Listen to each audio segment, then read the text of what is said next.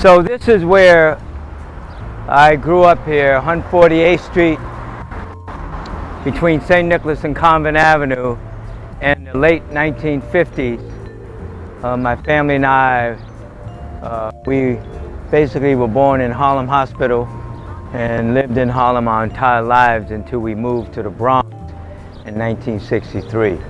There was a vacant lot there, and we used to play baseball in the vacant lot for many years growing up, and playing stickball in the street here between 148th, between St. Nicholas and Convent. And as you know, many people that grew up in the city, they played stickball. And obviously, looking at this sign here, which says 400, and this is an iconic sign because in the 50s and 40s and up until it closed, the 400 Tavern was where a lot of people hung out. And then of course you had the Pink Angel over here on St. Nicholas, and then obviously in the late 70s and 80s, a jazz club on 149th Street in St. Nicholas, which burned down as a result of a fire. But this is where I grew up, where I learned a lot about New York City. My family and I went to our local public school, which is PS 186, which was the Alexander Graham School. And then obviously when that closed in 1970, right around the corner, they built the Adam Clayton Powell Jr. School. And obviously named after Adam Clayton Powell, one of our great Congress members who, when he was in Congress, represented all of northern Manhattan. And he was a very powerful individual in Congress. In fact, he spoke at my graduation in 1969 at Benjamin Franklin High School. That's where I went to school. Basically, I followed my siblings to our local elementary school. Some of them went to junior high school 164, which is Stitt on 164th Street near Edgecombe Avenue, and then off to like high school, Benjamin Franklin, Commerce High School, things like that. But this building here, 402 West 148th Street, is where we lived at. My mom, my dad, and my siblings, and it was a good experience in dealing with all of the other people that lived in the block. And at that time, we were all black. There were really hardly any, if any, whites or others or Latinos living in the block. They were all African Americans. And as you see on this side of the block, there are two big apartment buildings. And if you turn around on the other side of the block, there are brownstones here, which are still there. So has this really changed since then? No, it has not changed. It's basically physically exactly the same.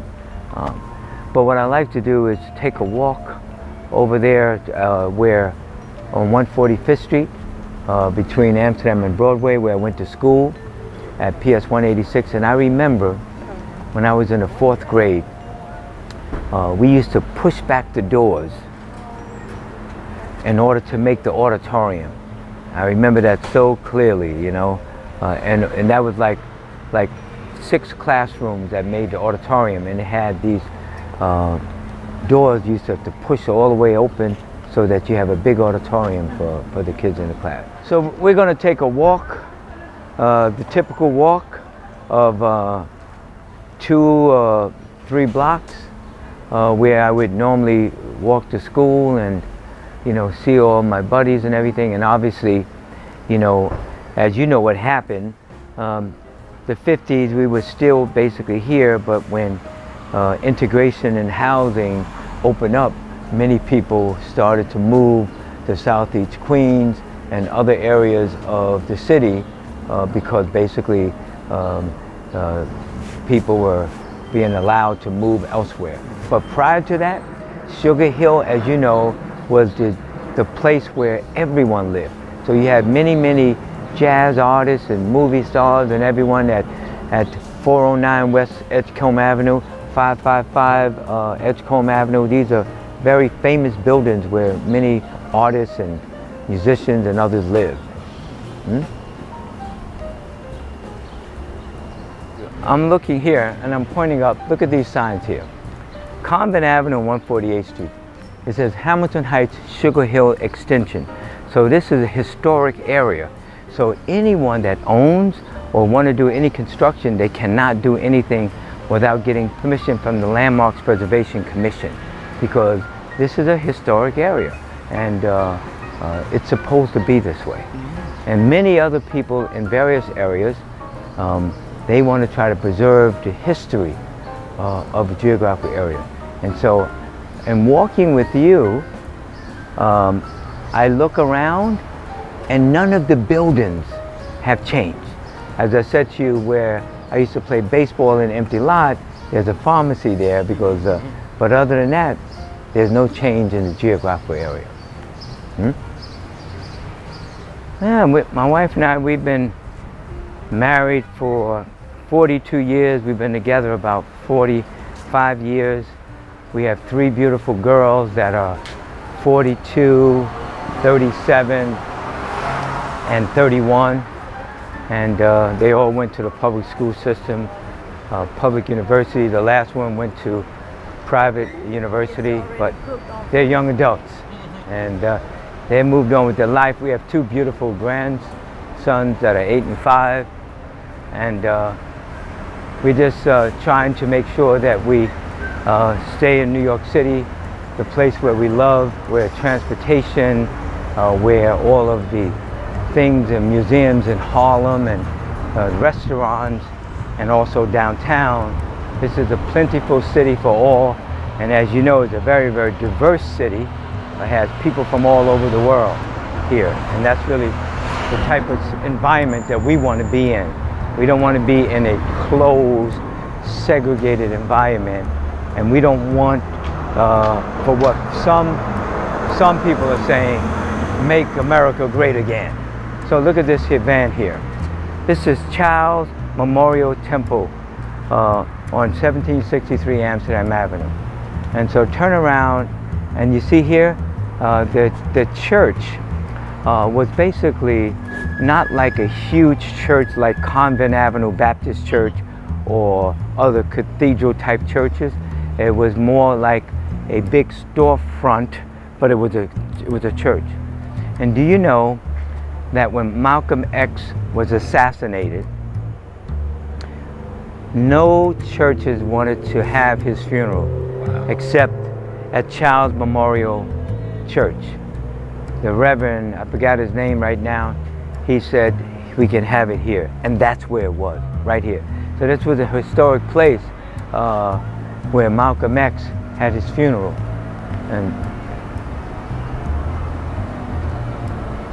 And this school here, which is the brown building right here. So we're going to walk around 145th Street, and that's where Alexander Hamilton School was, where I went to school. But when it was so old, they tore it down, and they built this school here, which is called the Adam Clayton Powell Jr. School, named after, obviously, our great congressmember from Harlem, who, as you know, Charlie Rangel replaced Adam Clayton Powell. So, but this school is named after him, and that's very historic as far as our neighborhood is concerned, our Harlem is concerned. You know, so if you look at this school here, this here is, let's come in. As you can see here, this is the Adam Clayton Powell Jr. Elementary School, and obviously it's called PS 153, and this was erected in 1973 to 75. And this woman here, Gwendolyn Crenshaw, was on the school board when I was elected to Community School Board 6. I was elected in 1986, and we were going to make her the president of the school board. And she thought about it with her family, and basically she said, thank you, but no thank you. and I was the one that was elected to school board. It's kind of a lightning rod position, I guess. How have you been? Oh my God, I'm You dying doing to see how you been. I'm good. So I'm telling him about this school. When it was built, it replaced 186. Come on in. Thank you. I told him this is the Adam Clayton Powell Junior School, which is important. And I told him it replaced 186 where I went to school. Yeah, So, you're absolutely right with that one. Yeah. And they moved this picture on this side because they want him to have a whole wall. A whole wall by himself. Little tree stuff, so it's not too bad. Yeah, the Adam Clayton Powell Jr. And as you see it here, it says, presented by the class 5-338, 1979. So that class presented that. That's a painting. That's a paint. That's a hand painting. That's hand painted?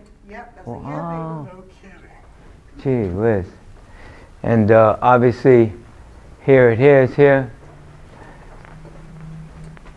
So this, and this was dedicated to Sandra Hale Frazier, and she was a principal of this school for many years. Absolutely. Huh?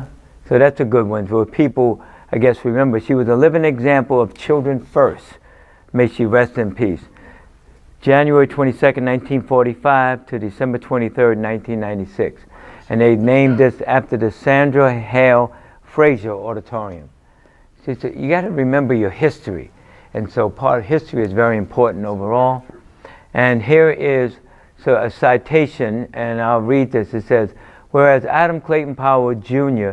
has distinguished himself as a minister, a dynamic politician, a lawyer, and genuine humanitarian, whereas he's always extended himself beyond the normal call of duty, not in the interest of self, but in the interest of people, whereas in his outstanding leadership role, he has exhibited understanding, love, concern, and justice.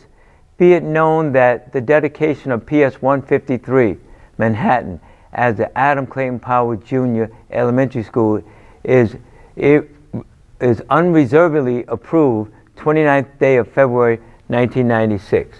And this is Paul Treatman, who was the superintendent. Abraham, this is all of the school board people. Yep. And wow. So that's good. So I've been seeing this man forever. right, because this is, I grew up on 148th Street. I went to 186, and my family moved to the Bronx, and this is our neighborhood, and it's nice and cool in here. Yes, I told you, come on in, cool off. That's good. Good. Today's an easy day. There's no summer school. No, kids. when was the last day of summer school? It should be, I think, August 18, approximately around August something. Okay. Because the 18, the cafeteria closes for the feeding site. Feeding site. And then the following week, then school kind of they got like a 2-week gap. Yep, and then school And then starts. September starts. So the 18 actually is literally everything is shut down. There's nothing else. I believe the summer program goes to a week after that. Mm-hmm. And then after that, the summer camp goes too. So they have a good week and a half free to finish up the touches and mop the floors. Yep, get it ready. That's a lot. My kids are in summer school in Virginia. It's only 3 weeks long, and it's 9 to 12. That's it, 3 hours. You better find something to do. Oh, that's No, I'm great. talking about in Virginia, where my daughter is the principal of a summer school program, and so even though the kids don't have to go to summer school, but it keeps them fresh. It keeps them fresh as far as math, science, reading, Back in the day, writing. Everybody that failed did not go to summer school. The kids that want to be advanced went more summer school than the ones that failed. Yeah, it's continuation of education, Yeah. even if it's I remember going to school myself, and I thought all the time, I'm always like, go see what's going on next year. I'm just like, even if it's the same fundamentals of it. So I play basketball a lot, right? And so besides the game, you want to practice foul shots, you want to practice layups, stuff like that, and dribbling, because practice makes what? perfect. Thank you. Have a wonderful day. See you later. Nice All right. to meet you. Good. Bye, good to see you, man. Thank you. Good seeing you.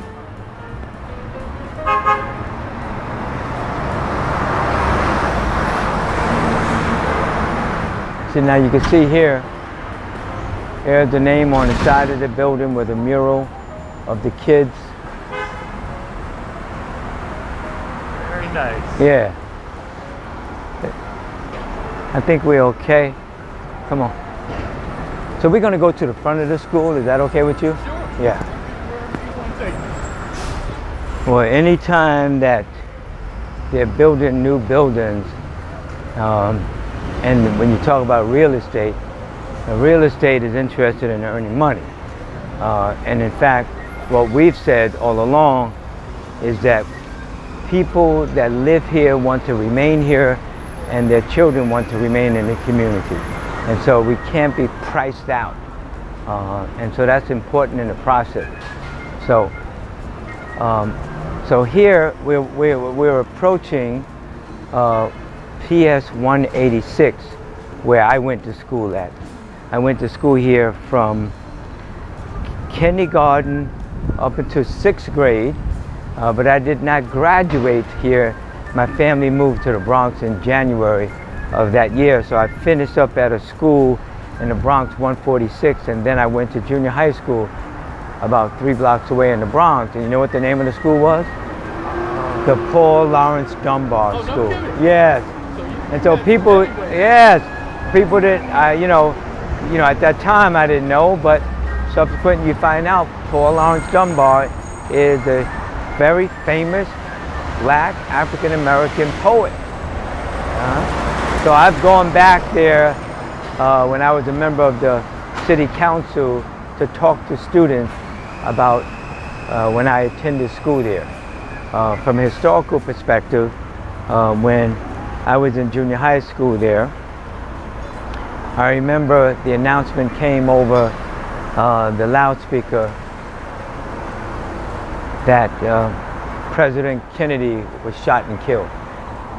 That was like shock to everyone, not only in the United States, around the world, but I remember that so clear, you know. So here is a shining example of a school that was the school that I attended, and as you can see here, it's way up there. It's a public school 186. The number, if you back up, is right up there. They kept this. In fact, when this school closed down, it was basically it was taken over by the Boys and Girls Club of Harlem, in which one of the famous ministers, John Saunders of Convent Avenue Baptist Church, and members of that church basically purchased the school from the city of New York for almost nothing, I think $1 or whatever it was, in order to basically build this into what it is now. And so what is this now? This is the home of the Boys and Girls Club of Harlem. Right there, you see that? And on the other side of the building, building is like an H, okay, is affordable housing. And though there was discussions over the past 25 years as far as to tear this down and build up a brand new building. And members of the community board wanted to preserve this beautiful structure, because the architect of this building, which was built like an H to fit in between city buildings, was a very famous architect that built school buildings like this. And so the bottom line is that eventually they got grants from the state historic preservation and federal in order to save this structure and to make it the Boys and Girls Club of Harlem and the housing at PS 186. I want you to, let's walk with me across the street so you can take a good view of how beautiful it is and part of the continuous historic aspect of Hamilton Heights.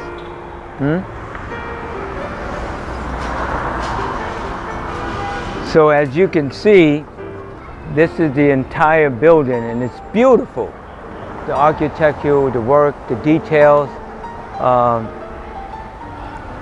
They did a great job. When the people that live here that want to preserve the beauty.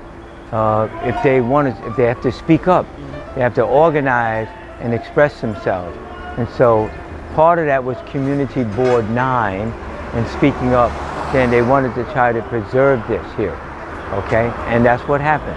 So through your community, obviously the structure is you got community boards, and this is Community Board 9, and then you have your elected public officials, meaning city council member, state assembly, state senate, Congress. Then you have Democratic clubs, so you have Democratic clubs with Democratic district leaders and things like that. And when all of those individuals speak as one, then it's clearly showing whoever is in charge or who has the authority that, that things can get done. Harlem School of the Arts, HSA. Where y'all going? The Riverbank? So HSA is Harlem School of the Arts. That's on 141st Street and St. Nicholas Avenue. And this is their summer program that they're going to. Hey, how you doing? They're going to Riverbank State Park. So you know, I reflect back on, I guess, you know, my involvement in the political electoral process. And obviously for me, there was one individual that stood out more so than anyone else. And that was Herman Denny Farrell Jr. And if you don't know, Denny, everybody call him Denny, Denny Farrell was the state assembly member for majority of this area where I lived at for the past like 43 or 42 years. And in fact, Denny retired maybe about a year ago. And he passed away about, give or take, about two months ago. And so Denny was the one who knew that I was on the school board, School Board 6, if you don't know, basically runs from 135th Street and St. Nicholas Avenue, and everything going north to the end of Manhattan. So it was a large school district area. And we went, and I showed you the sign, it said Community School District 6. And so that's District 6. And I was on the school board and elected to 5 terms of office for 15 years. And my colleagues elected me. Remember I told you Gwen Crenshaw, her name was on one of the plaques. And these are the other kids. Well, you're going to the pool? You're going to the pool? Yeah. Have a good time. Harlem School of the Arts, right? All right. All right. This is a little older kids, Harlem School of the Arts. So, yeah, Denny, what's up? So Denny, basically, after term limits came in for the city council, I replaced Stanley Michaels, who was the city council member that represented Northern Manhattan, Council District 7. And he said, you know, I think that you should run for the city council. And he has mentioned it to me on several occasions, and I never committed that I would do that. And then in December of 2000, we had breakfast. He said, listen, you gotta or get off the pot, because the election was 9 months away. And so I decided at that point in time that I would run for the city council.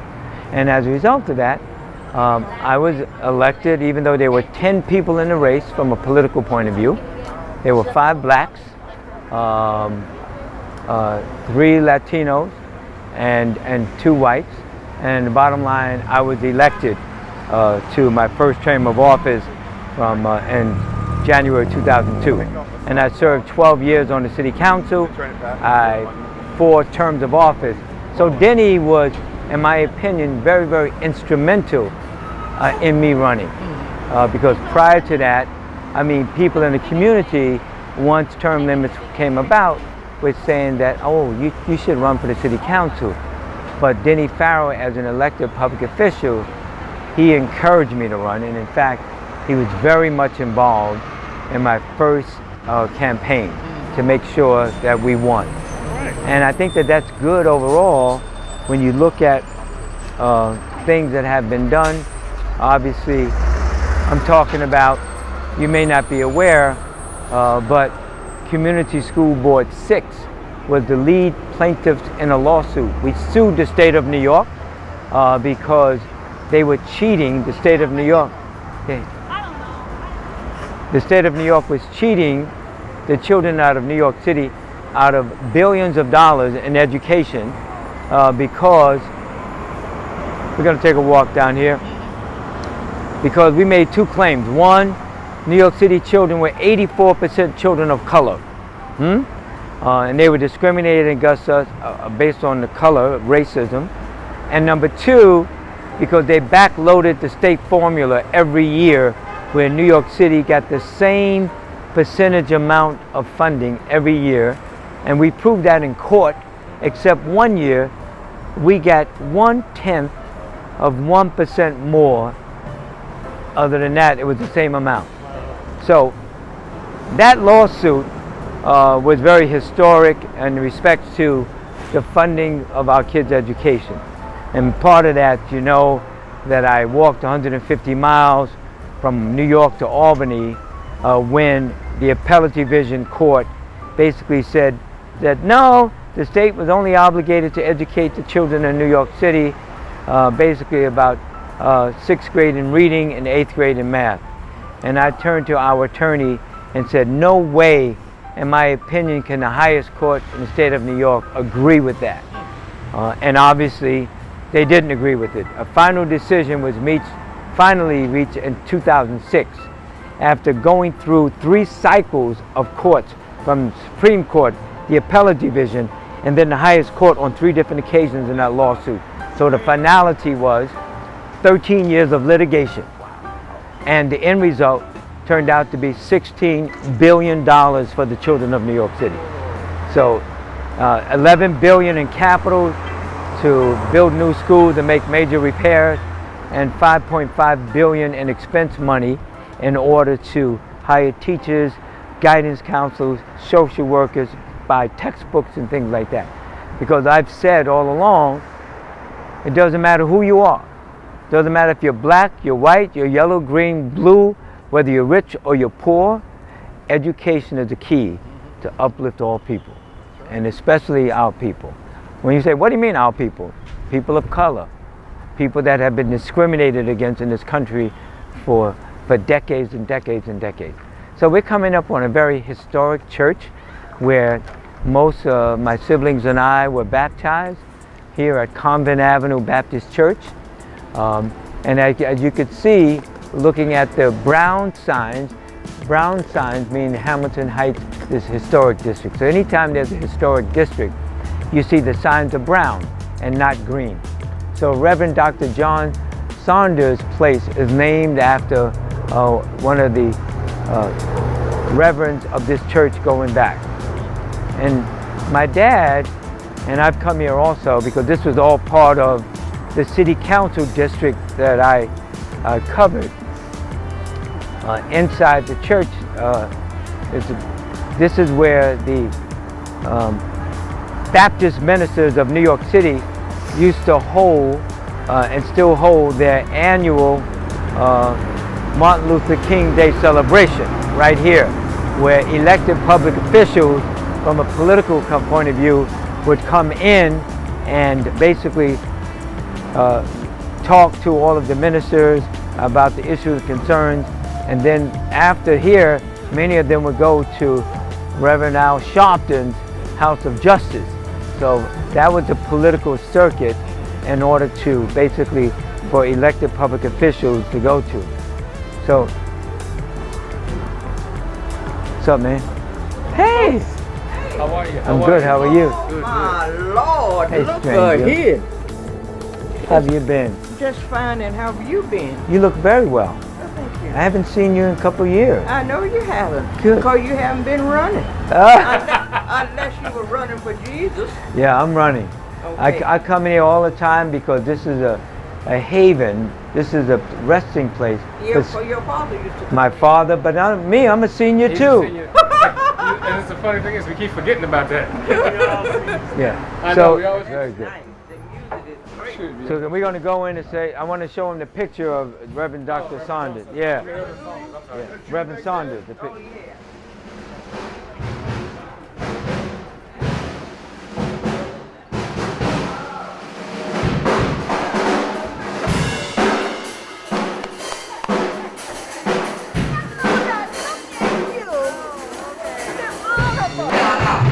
So this is Dr. John Saunders, who was very instrumental in PS 186 and the Harlem Boys and Girls Club. Very instrumental. And so my dad, this is the senior center where he came every single day. And so I used to come here not only as a city council member, but come here with my dad to sit with him, sometimes have lunch.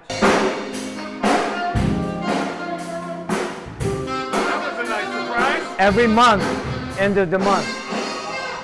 Come on, John. How are you, sir? Eeny, meeny, miny, mo. Which one? Oh, he's a politician. Oh, no, I don't. See there? He's getting my money with me. Oh, Lordy. more than a politician. If y'all need help tomorrow, I'll be here. But There it is. y'all That's gonna my call me. cell number, okay? Saturday. I know. All I right. said if y'all need Take help, care of y'all yourself. Okay.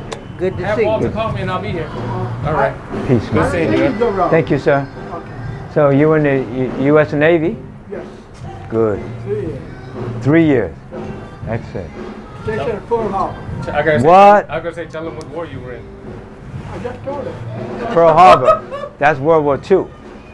Yeah, for sure. He always shocks people with his age because he looks younger than he, just like you. Yeah, he's a Look young younger man. Than you are. Good stock, right? He asked me, I'm He was in World War I, 115. man. Come on. I'll see you later. So, this church has been a part of my family for decades. And not only did we attend this church in the 50s and early 60s, but obviously my dad, when he retired from the city of New York, this was his place to come have breakfast and lunch as a senior. He passed away a couple of years ago, not too long ago, at the age of 86, 87. And yeah, if you know, I grew up with two fathers, one African American and one Chinese. I didn't know that. I know people didn't know that. So even though I consider myself a universal child, because I'm a little bit of everything, you know, I'm an African American. My mother was born in Athens, Georgia in 1926. And at that time, in doing our research on my mother's history, there were slave owners back in Athens, Georgia by the name of Willingham. So if you go back and look at the history in that area, the Willinghams owned a whole lot of land and a lot of people's last name were Willingham. So I'm still trying to find the exact history of my mother and my family.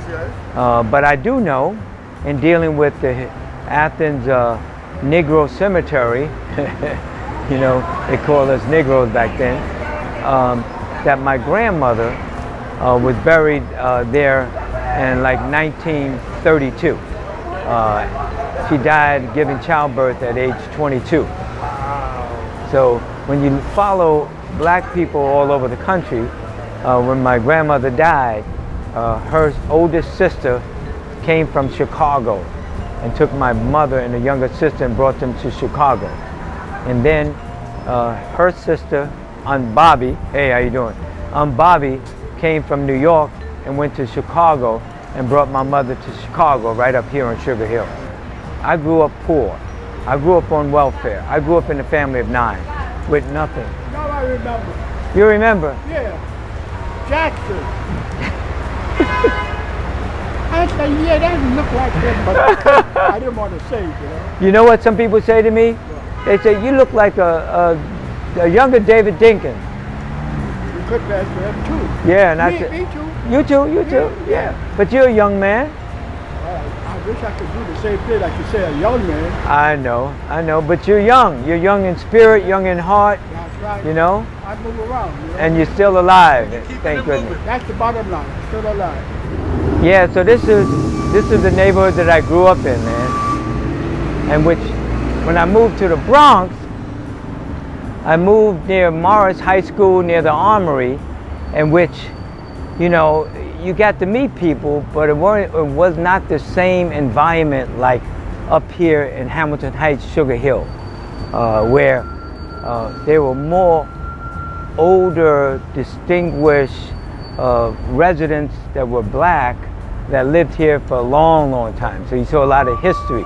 You could see it in the buildings. And then, you know, then my dad, as I said, came here from Danville, Virginia in 1943 and never left.